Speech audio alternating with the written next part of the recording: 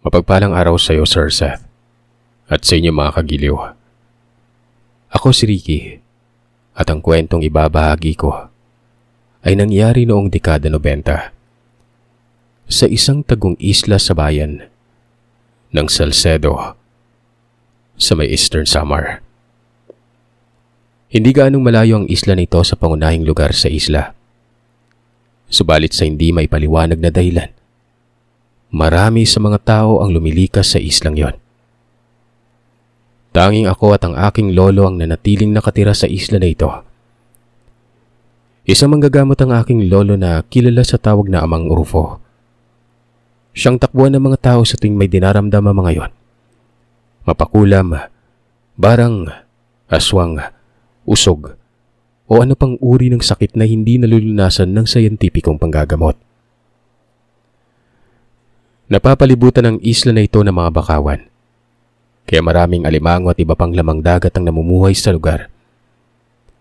Sa taas na bahagi naman ng isla, maraming punong kahoy at kaniyugan, kaya walang problema ang tubig nun.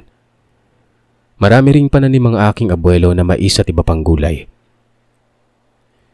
Ito ang dinadala nila sa kanilang isla para ipagpalit ng bigas, gatas at gas na siyang ginagamit namin sa lampara. Ayon kay lolo, sanggol pa lamang ako nang iniwan ako ng aking ama sa kanya. Kakamatay lamang noon ng aking lola. Nung una, nag-aalala si lolo kung paano niya ako maalagaan.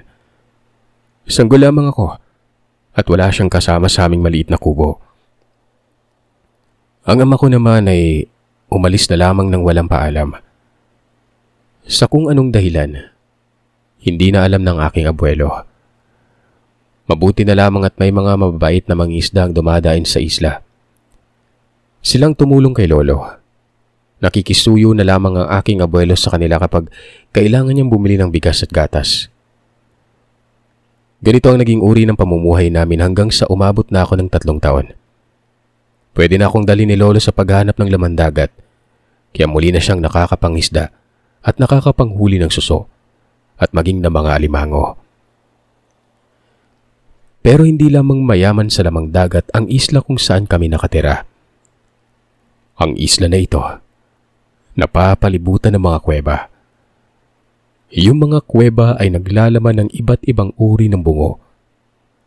Hindi lang basta-bastang bungo ng hayop, kundi bungo ng mga tao. Ganun pa man, katakatakang walang malansang amoy sa isla. Tuwing alas 12 ng tanghali at alas 6 ng hapon, may kampanang tumutunog. At ang tunog na yon ay rinig sa buong bahagi ng isla. Pero magtataka ka, dahil walang simbahan o di kaya ay kapilya lamang sa lugar. Pinamamahayan din ang lugar ng sinasabi nilang aswang gubat. At hindi lamang mga hayop sa gubat ang kinakain ng mga ito. Maging mga taong naliligaw sa bundok, hindi na nakakabalik pa. Puro kakahuyan lamang at napapalibutan ng tubig ang paligid ng islang yon. Kaya naging palaisipan sa mga tao kung saan nanggagaling ang tunog ng kampana sa lugar. Wala rin namang sementeryo na naroroon sa lugar na yon. Tanging ang kubo lang namin ng aking abuelo ang mag-isang nakatirik sa isla. Lumaki ako sa paniniwalang ang mga elemento na naninirahan sa lugar ang nagpapatunog ng kampana. Sila rin ang nagbibigay ng pahintulot kung sino mga tao ang pwedeng manatili sa lugar. At kapag pumunta ka sa lugar at may ginawa kang hindi maganda, siguradong hindi magugustuhan ng sino man ang magiging kahihinatnan nito.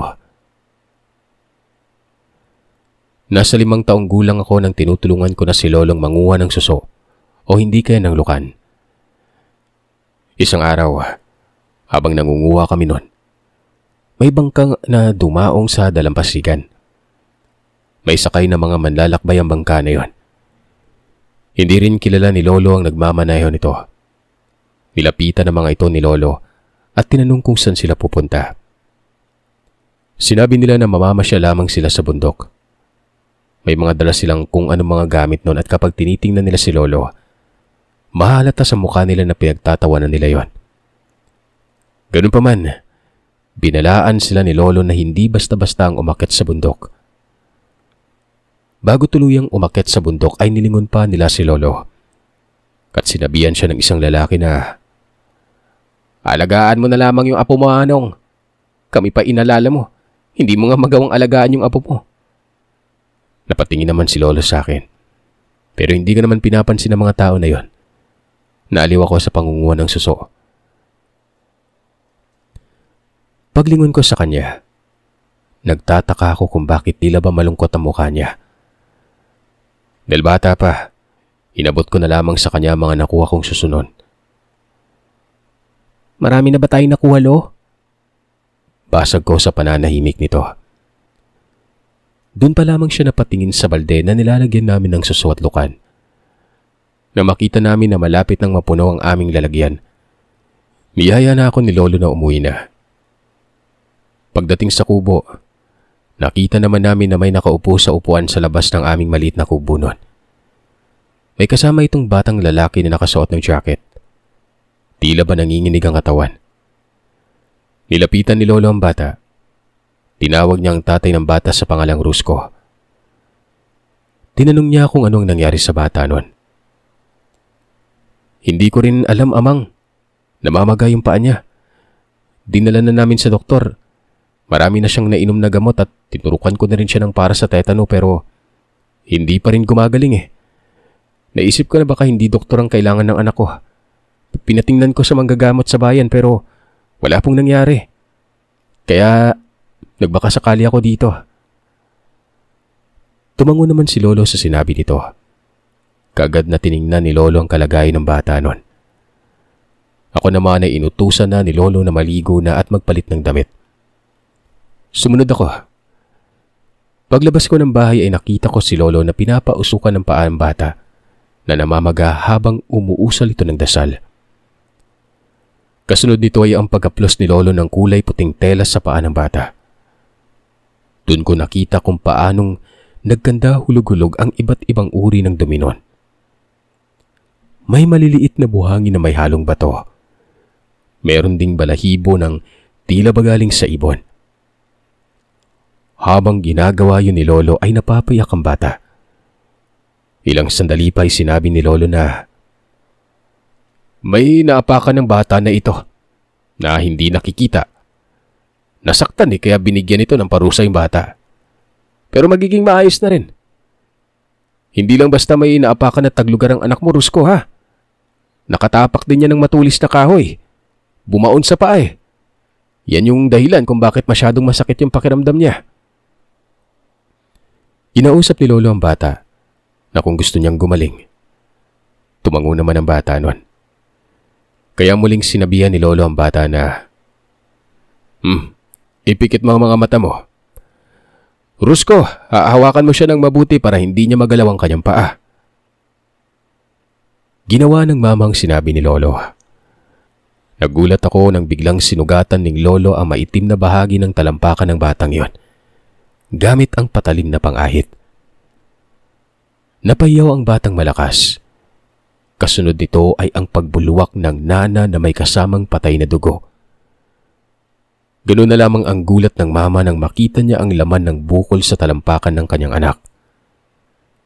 Kasunod nito ay ang paglitaw ng isang maliit pero may kahabaang uri ng kawayan na sa tingin ni Lolo ay isa yung pinutol na bahagi ng asalan ng ihaw-ihaw.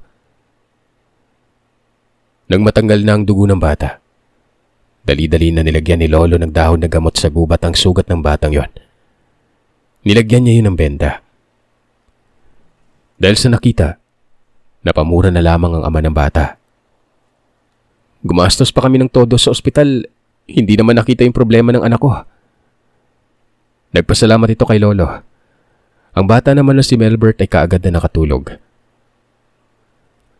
Naghalo ang takot at sakit na nararamdaman ng bata kaya ayan, napagod. Sinabihan na lamang ni Lolo si Mang Rusko na hayaan na muna makapagpahinga ang bata nun. Mamaya na lamang sila umuwi kapag nagising na ito at nakapagpahinga na. Nag-uusap naman silang dalawa habang nagluluto si Lolo ng aming makakain sa tanghalian. Habang ako naman ay pinapanood si Melbert habang natutulog nun. Nakaupo ako sa tabi nito habang naglalaro ng laruan na ginawa ni Lolo.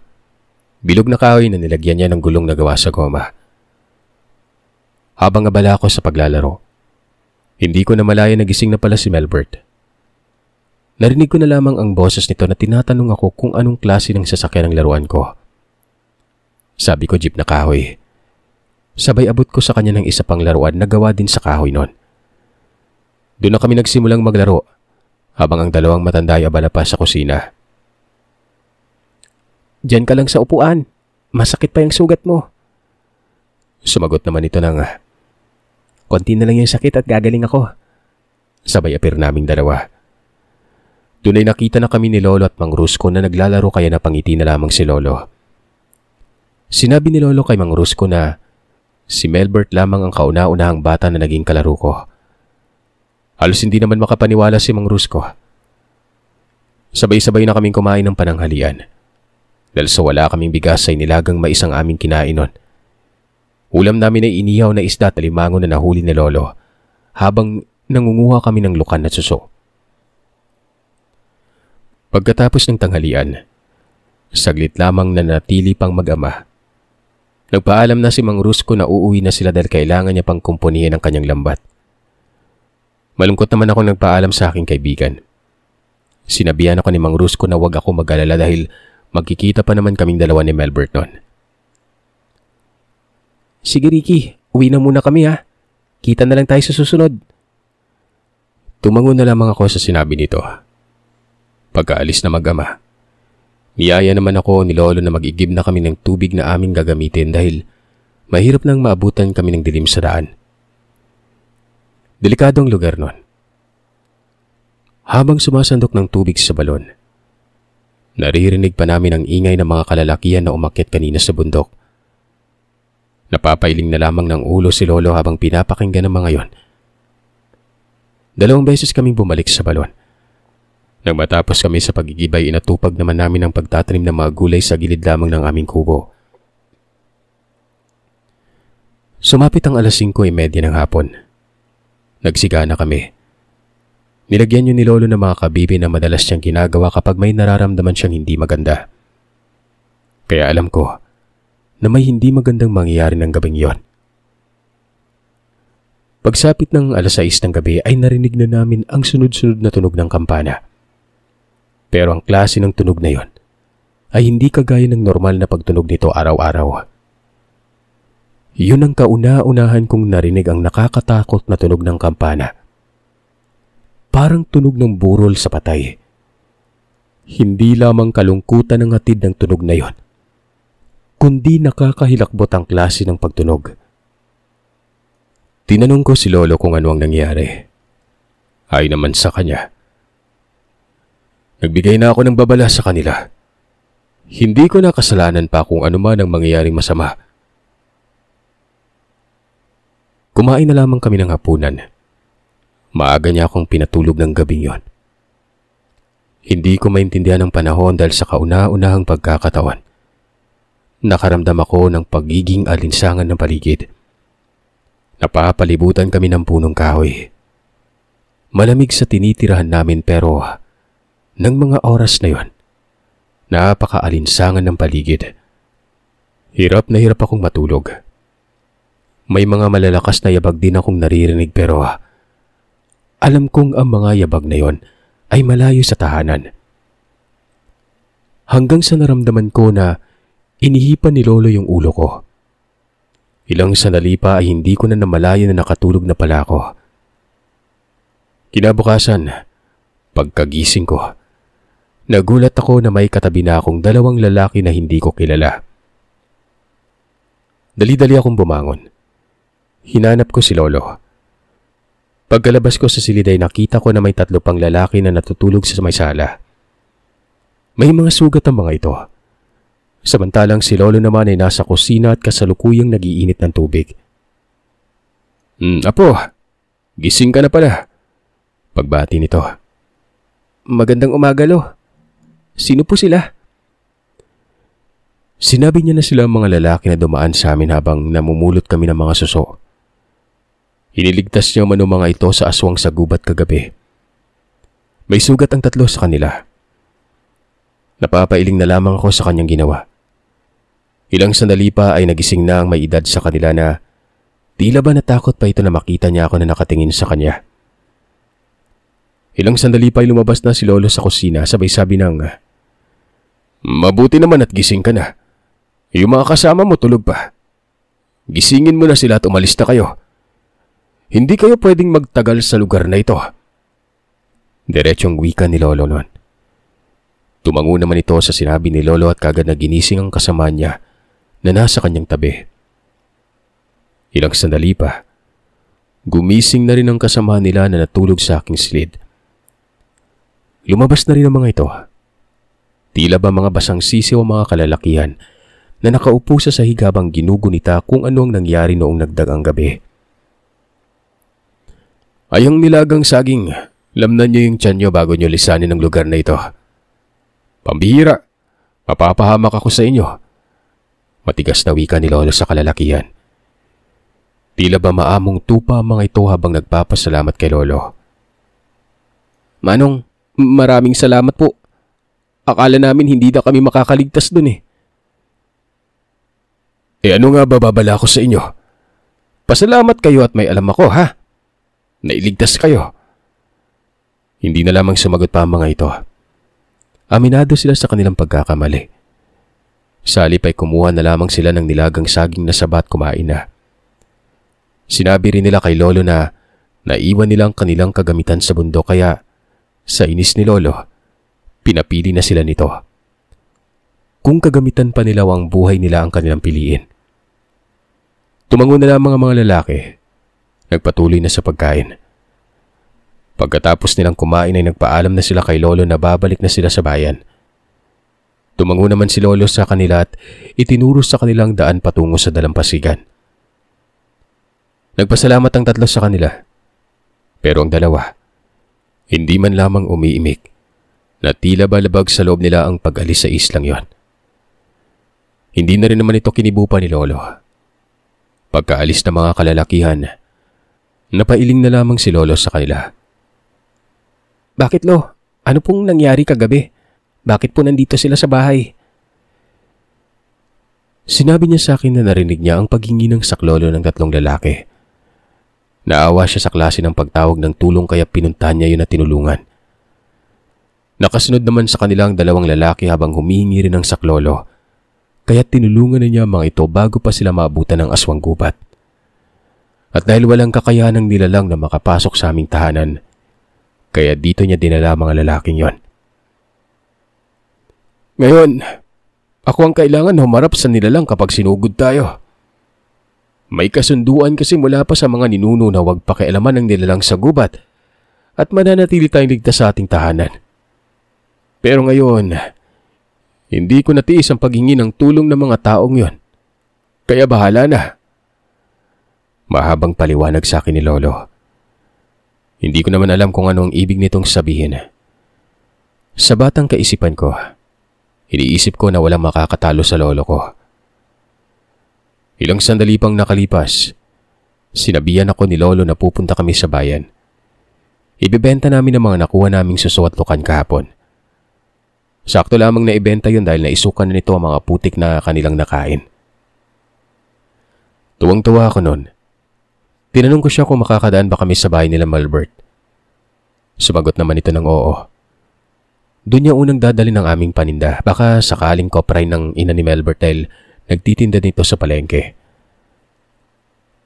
Nagpatiuna na akong maglakad papunta sa dalampasigan, kung saan naroroon ang maliit naming dimotor na bangkanon.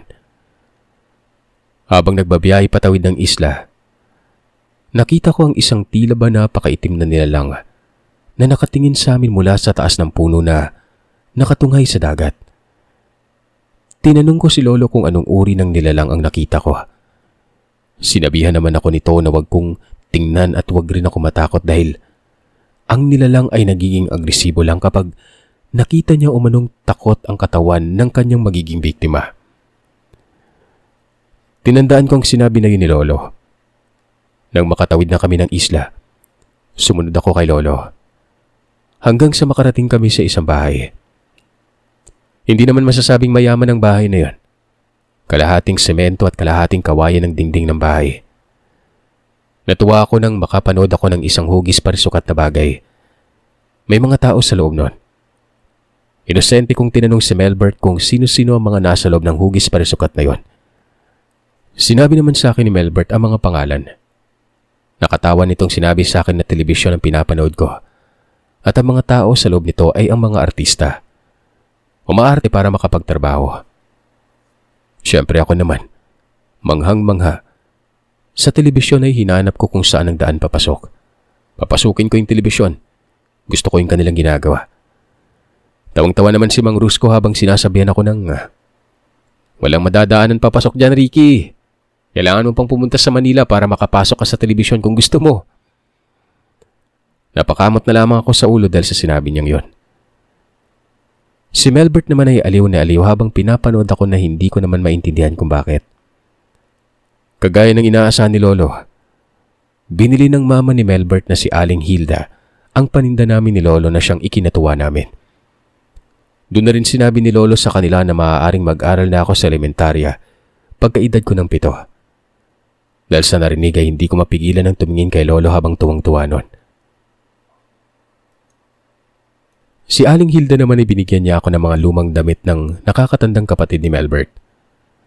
Tuwang-tuwa ako dahil madadagdagan na rin ang iilang piraso kong damit.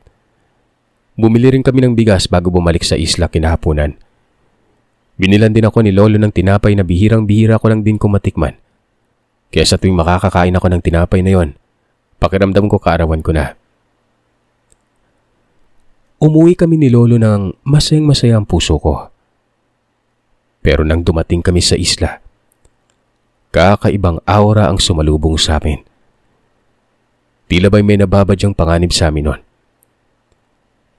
Humawak ako sa laylayan ng damit ni Lolo. Hindi naman ako nito pinigilan na para bang alam na niya ang dahilan kung bakit ako nakahawak sa damit niya. Muli niya akong pinaalalahanan na ang kahinaan ang nagbibigay lakas sa nilalang ng dilim para atakihin ang binabalak niyang biktimahin. Dahil sa sinabi ni Lolo ay nilakasan ko ang loob ko. Nakarating kami sa bahay ng maayos. Dali-dali kong tiningnan ang lagayan ng aming tubig. Mabuti na lang, madami-dami ang aming naigib ng hapon. Sinarado ko ang pintuan ng aming kusina, habang si Lolo naman ay nagsiga sa bakuran nun. Nilagyan niya yun ng maraming dahon at maraming kabibi na sadyang iniipon niya sa ilalim ng bahay. Maging ang silong ng bahay ay sinigaan niya at nilagyan ng maraming tuyong kabibi nun. Pagkatapos na mapaikutan ni Lolo ng siga ang aming bakuran, dali-dali na siyang umakyat sa bahay. Nagdasal din ito na siyang inihip niya paikot sa bahay nun. Pagkatapos niya magsaing, kumain na kami. At dahil bihira lamang kami makakain ng kanin ay tila ba nakalimutan ko ang nakakatakot na aura ng nilalang. Ilang sandali lang ay narinig na namin ni Lolo ang tunog ng kampana.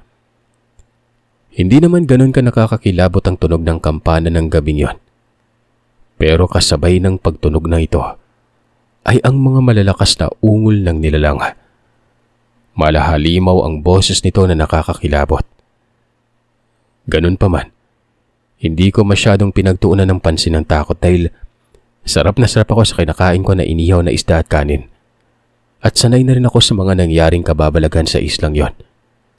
Isa pa, kampante ako kay Lolo. Pagkatapos namin kumain ay saglit lang kaming naupo ni Lolo sa kawayan na upuan. Tinupi-tupi ko ang 5 piraso na pares ng damit na binigay ng mama ni Melbert. Habang si Lolo naman ay hinahawakan ng kanyang rosarito na gawa sa kahoy. Nagdadasal ito habang nakapikit, kaya hinahayaan ko na lamang ito. Maya-maya pa, may narinig akong pag-angil sa hindi kalayuan ng bahay. Nung una, pinapakinggan ko lamang ito. Pero nang maramdaman ko na tila ba malapit na sa bahay ang nilalang, kaagad na akong lumapit sa tabi ni Lolo at nakisiksik na sa kanya. Hinayaan niya na lang naman ako na tumabi sa kanya habang patuloy pa rin ang kanyang pagdarasal. Ilang beses kong narinig ang pag-angil hanggang sa umungol ito ng malakas. Pero ang pinagtataka ko ay tila ba hindi nito magawang lumapit sa bahay. Maya-maya pa, may inangilan ito sa labas ng bahay noon. Tila may kinakalaban ito sa labas. Ang nakapagtataka ay hindi naman lumabas si Lolo. Patuloy pa rin itong nakaupo habang nananalangin. Ilang sandali pa, umungo lang nilalang na para bang nasasaktan. Tumakbo ito papalayo sa bahay. Napakalakas na mga yabag nito habang papalayo nun. Pakiramdam ko, umuuga yung tahanan namin sa bawat pag-apak ng nilalang sa lupa habang tumatakbo palayo. Sabayan pa ng malakas nitong pag-ungol. Pero habang tumatagal, lumalayo naman ang boses nito.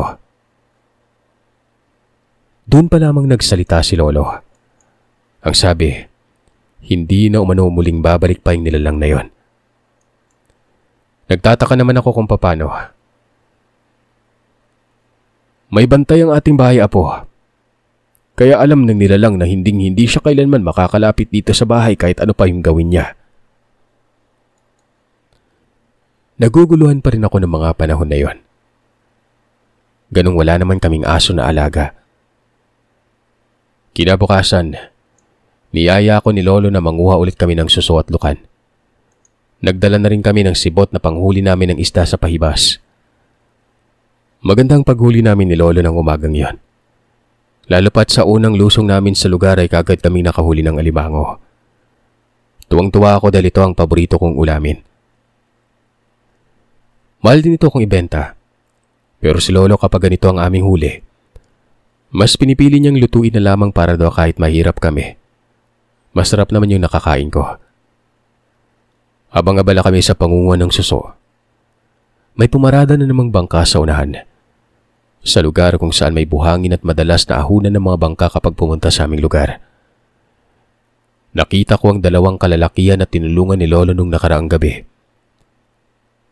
Nilapitan ko si Lolo at tinuro ang mga panauhin. Napailing na lamang si Lolo nang matanaw niya mga yon. Sinabihan ako nito na hayaan ko na mga ito. Hindi na siya mag-aabala pang bigyan ng babala mga yon. Alam ng dalawang lalaki kung ano ang meron sa lugar. Alam din ni Lolo na hindi basta-basta ang mga lalaki na kasama nila. Armado ng mga baril ang mga yon. Kaya't napabuntong hininga na lamang si Lolo. Nagkakamali sila kung sa akala nila ay kaya silang isalba ng mga bala ng baril. Wika ni Lolo. Kasunod nito ay ang pagyaya niya sa akin para ipagpatuloy na namin ang panguha ng suso at lukan nun. May mangilan-ngilang isda din kaming nahuli kaya inilagay namin ito sa kabilang balde kasama ang 3 alimango. Tumagal kami ni Lolo sa bakawan ng medyo matagal. Sinabi niya sa akin na baka pumunta mga kalalakihan sa bahay. Mainam na walang tao doon para hindi sila magtagal. Sinabi rin sa akin ni Lolo na hindi na kami pwedeng tumulong sa mga yon. Ang kaya niya lang gamutin ay ang mga sakit ng tao na ginawa ng taglugar o hindi kaya ang kagagawa na aswang na walang ibang ginawa kundi ang maminsala. Pero kapag ang ginawa nila ay pumunta sa lugar para maminsala labas na ako dyan. Sila na mismo ang pumili ng kanilang tadhana. Kaya hayaan na natin silang harapin yon. Tumango na lamang ako sa sinabi na yun ni Lolo. Ayon pa sa kanya, ang aswang gubat ang nagbibigay ng proteksyon sa mga bungo sa bawat butas ng kuweba.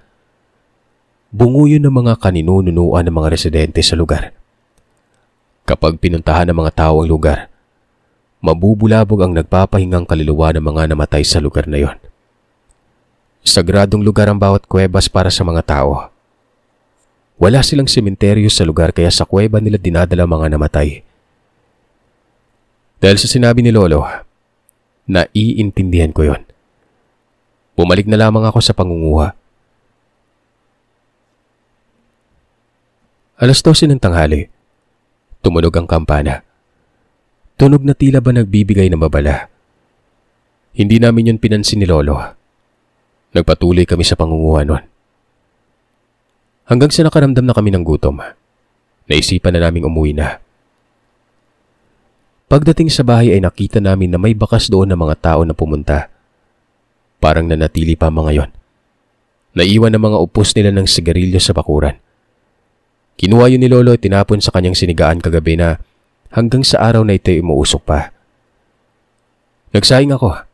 Si Lolo ay umigib ng tubig.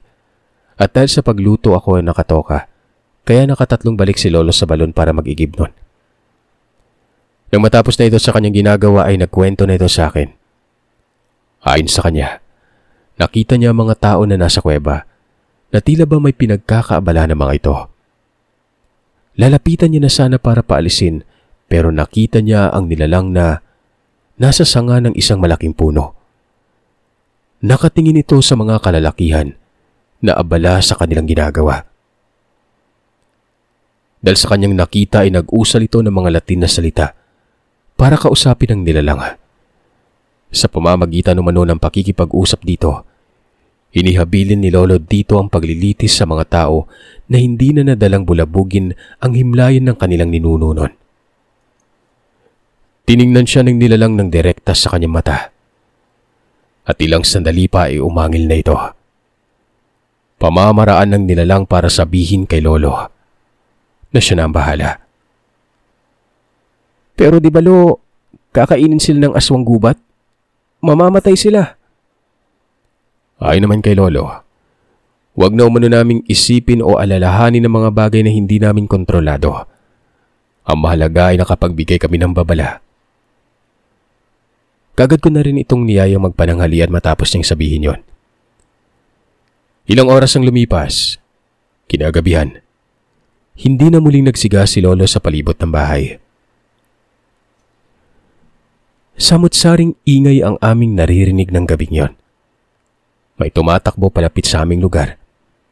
Sumisigaw at humihingi ng tulong.